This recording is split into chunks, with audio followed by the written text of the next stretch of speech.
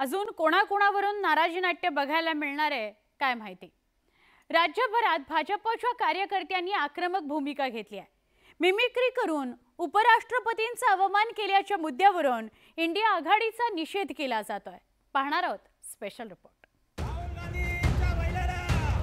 जोडे मारून आणि प्रतिकात्मक पुतळ्यांचं दहन करून भाजप कार्यकर्त्यांनी त्यांचा रोष व्यक्त केला। मुंबईसह सर्वच मोठी शहरं आणि गावागावांमध्ये भाजपचे कार्यकर्ते रस्त्यावर उतरले। राहुल गांधींच्या प्रतिकात्मक पुतळ्याचं दहन करून आणि प्रतिकात्मक पुतळ्याला जोडे मारून कार्यकर्त्यांनी त्यांचा संताप व्यक्त केला।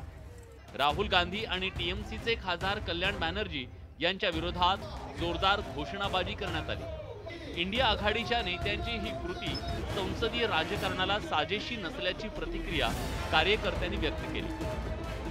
अशोभनीय असं कृत्य आहे देशाच्या नागरिकांना। आणि जी संसद आहे, ज्या संसदेच्या पायऱ्यांवरती दुसऱ्या बाजूला देशाचे पंतप्रधान त्या पायऱ्यांना नतमस्तक होऊन ते संसद हे लोकशाहीचं मंदिर म्हणून मानतात आणि या मंदिरामध्ये जाताना त्या पायऱ्यांवरती नतमस्तक होत आहे। दुसऱ्या बाजूला मात्र राहुल गांधी अशा कृत्यासाठी समर्थन करतायत। चित्रीकरणाच्या माध्यमातून पिंपरी आंबेडकर चौकामध्ये या ठिकाणी त्यांचा निषेध केलेला आहे। तृणमूल काँग्रेसचे खासदार कल्याण बॅनर्जी यांनी राज्यसभेचे सभापती जगदीप धनखड यांची नक्कल करत खिल्ली उडवली। त्यावेळी राहुल गांधींनी मोबाईलमध्ये त्याचं चित्रीकरण केलं होतं। लोकसभा आणि राज्यसभेतल्या 141 खासदारांना निलंबित करण्यात आलं।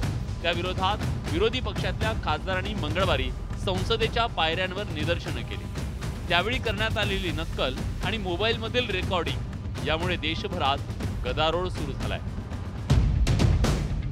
उपराष्ट्रपती हे राज्यसभेचे पदसिद्ध सभापती असतात। घटनात्मक पदावर बसलेल्या व्यक्तीची नक्कल आणि मिमिक्री करणं योग्य आहे का असा सवाल या निमित्तानं उपस्थित झालाय।